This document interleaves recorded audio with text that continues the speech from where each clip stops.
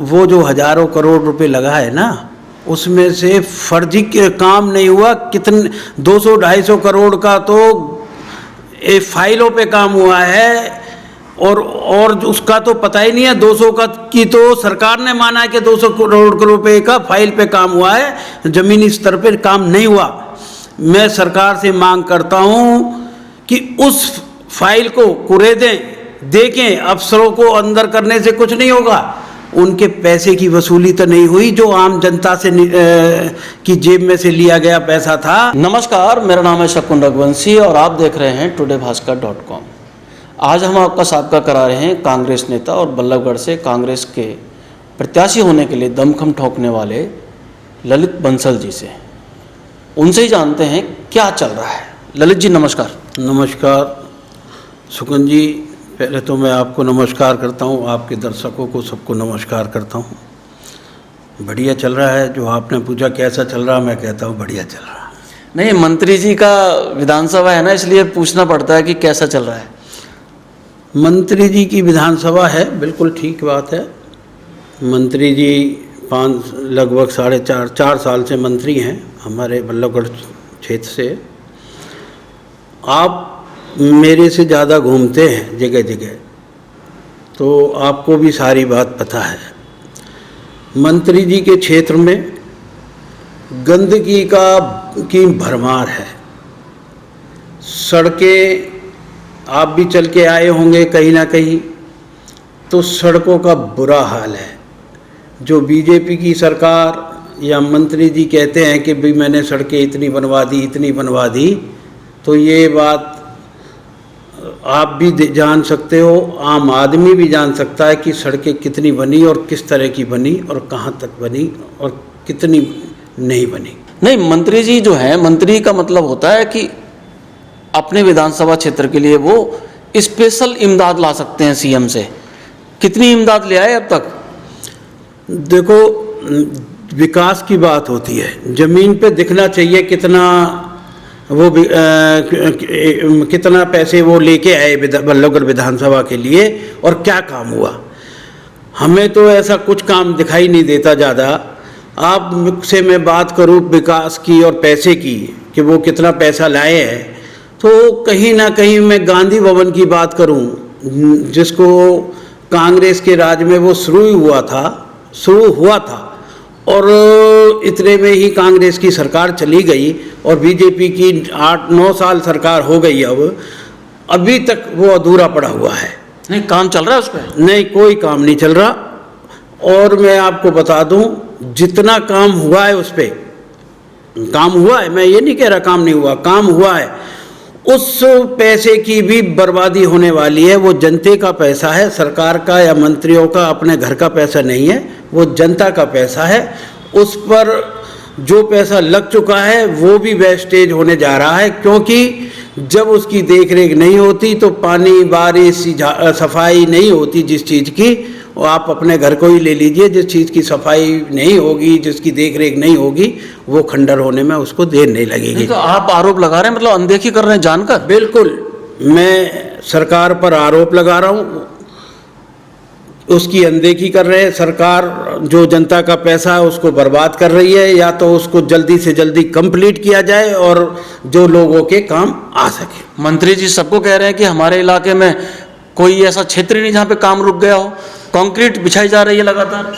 मैं मंत्री जी जाके देख लें, आप जाके देख लें, ये तो पता लग जाएगी वहाँ काम चल रहा है या बंद है, या काम 9 साल में भी कंप्लीट पूरा ही नहीं हुआ तो कितने दिन का टाइम चाहिए उन लोगों को एक छोटे से काम के लिए। इतना बड़ा नाला बनाया जा रहा है आपके पास, देखो कितना बड़ा नाला बन रहा है। कैसी बात कर रहे हो सुकुन जी, नाले को भी 9 साल होने को आए और आज तक उस नाले को पूरा नहीं किया गया है। आज तक कहीं इधर बन गया तो उधर बीच में छोड़ दिया, आगे बना दिया, उससे आगे बना दिया, बीच बीच में उस नाले का कहीं ना कहीं एक दूसरे के साथ कनेक्ट नहीं हुआ है वो नाला। और आज भी सड़क पे वो खुला हुआ नाला, जिसमें कभी गायें गिर जाती हैं, कभी जानवर गिर जाते हैं, कभी बच्चे गिर जाते हैं, कुछ ना कुछ छोटा मोटा हादसा होता रहता है। और वो नाला आज तक पूरा नहीं हुआ। 9 साल हो गए। ये आप तो विपक्ष के होने के नाते आप मंत्री जी की किसी बात को टिकने ही नहीं देना चाहते। मंत्री जी ये कह रहे हैं कि आज बल्लभगढ़ में पानी नहीं ठहरता, कहीं इतनी बारिश हो जाए। पानी नहीं ठहरता आप बाजार में, मेन बाजार में चले जाओ, वहाँ पर इतना पानी भर जाता है जब बारिश होती है कि 2 दिन तक पानी नहीं निकलता।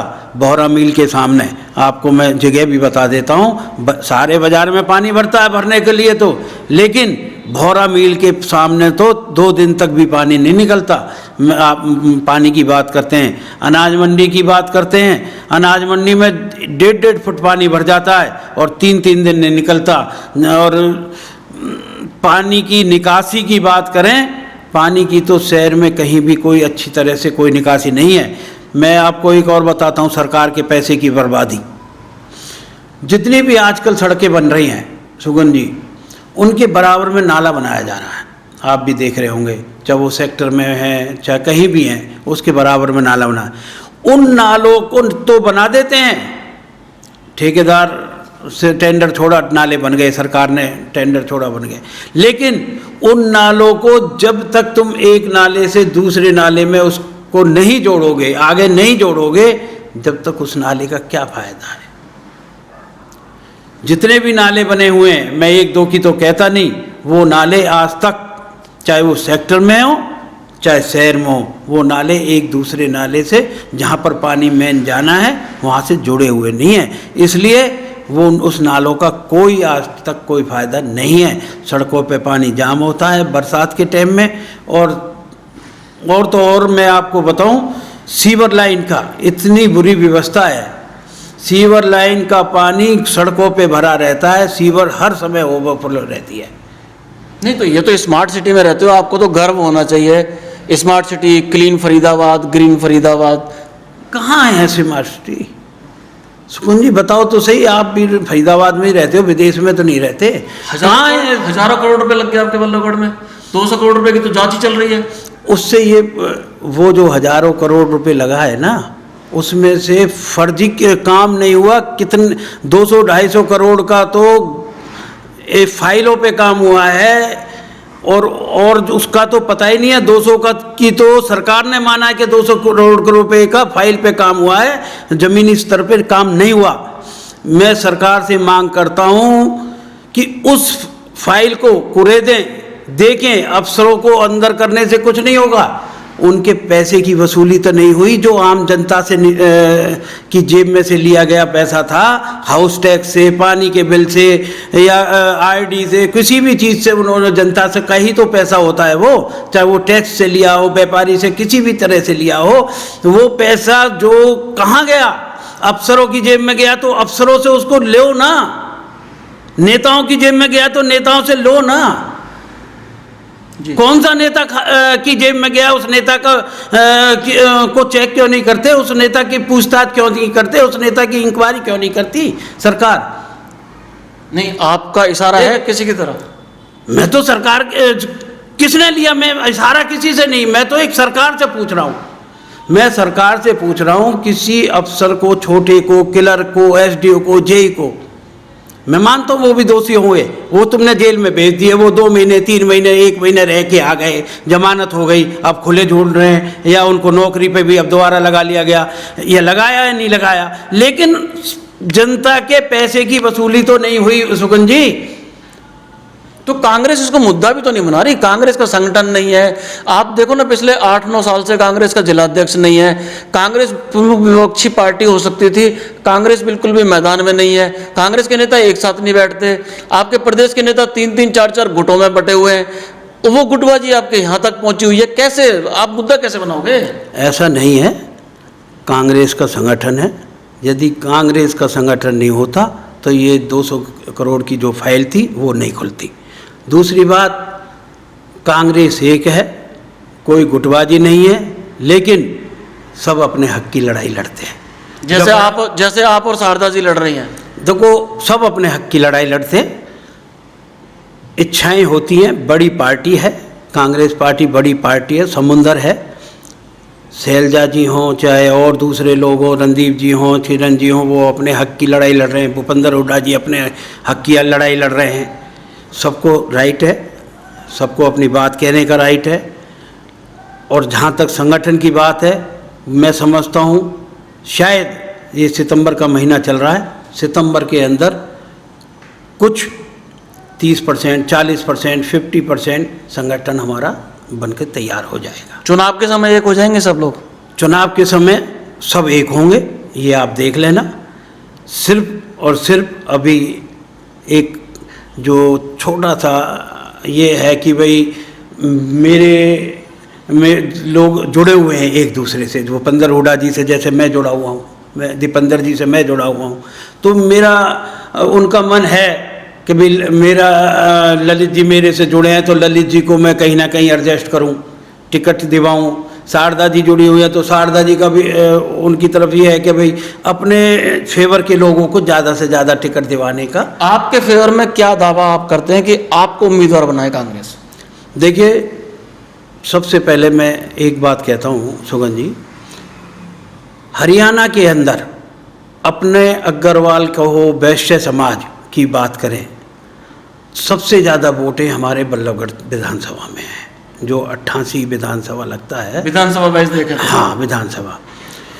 और 2014 से पहले हमारे विधानसभा बल्लभगढ़ से कोई भी टिकट अपना समाज का आदमी नहीं मांगता था, लेकिन अपने समाज के लोग जागरूक हुए हैं और कहीं ना कहीं जागरूक होने की वजह से 2014 से, चाहे वो फरीदाबाद की बात करें चाहे बल्लभगढ़ की बात करें, फरीदाबाद ज़िले में एक टिकट हमारे वैश्य समाज की हर पार्टी को देनी चाहिए।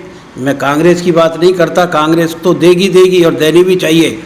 और बीजेपी हो, चाहे आम आदमी पार्टी हो, चाहे लोक दल हो, चाहे जेजेपी हो, मैं ये कहता हूँ कि भाई फरीदाबाद में एक टिकट वैश्य समाज के लोगों को जरूर देनी चाहिए, हर पार्टी को। और वही आधार है आपका? और वही मैं बल्लभगढ़ में, मैं क्यों बल्लभगढ़ में ज़्यादा दावा ठोकता हूँ, मैं इसलिए दावा ठोकता हूँ कि बल्लभगढ़ के अंदर विधानसभा 88 में हरियाणा में वैश्य समाज की 48-50 हज़ार वोटें हैं, तो इसलिए मेरा दावा मजबूत बनता है। और मैं ज़मीनी स्तर पर बल्लभगढ़ के लोगों से जुड़ा हुआ हूँ। बल्लभगढ़ के लोग, चाहे वो 36 बिरादरी के कोई भी बिरादरी हो, मुझे प्यार करती है और मैं उनके बीच में रहता हूँ, और इसलिए मैं अपना दावा बल्लभगढ़ की विधानसभा पर ठोकता हूँ। यह है ललित कुमार बंसल, कांग्रेस के नेता हैं, बल्लभगढ़ विधानसभा 88 से दावा ठोक रहे हैं। साथ ही स्थानीय विधायक और कैबिनेट मंत्री मूलचंद शर्मा के जो शासन है उसको कुशासन करार देते हुए, अव्यवस्था करार देते हुए विधानसभा बल्लभगढ़ की जनता के लिए न्याय के लिए मैदान में है। आपको कैसी लगी प्रस्तुति जरूर बताइएगा। मैं हूं शकुन रघुवंशी, आप देख रहे थे टुडे भास्कर.com।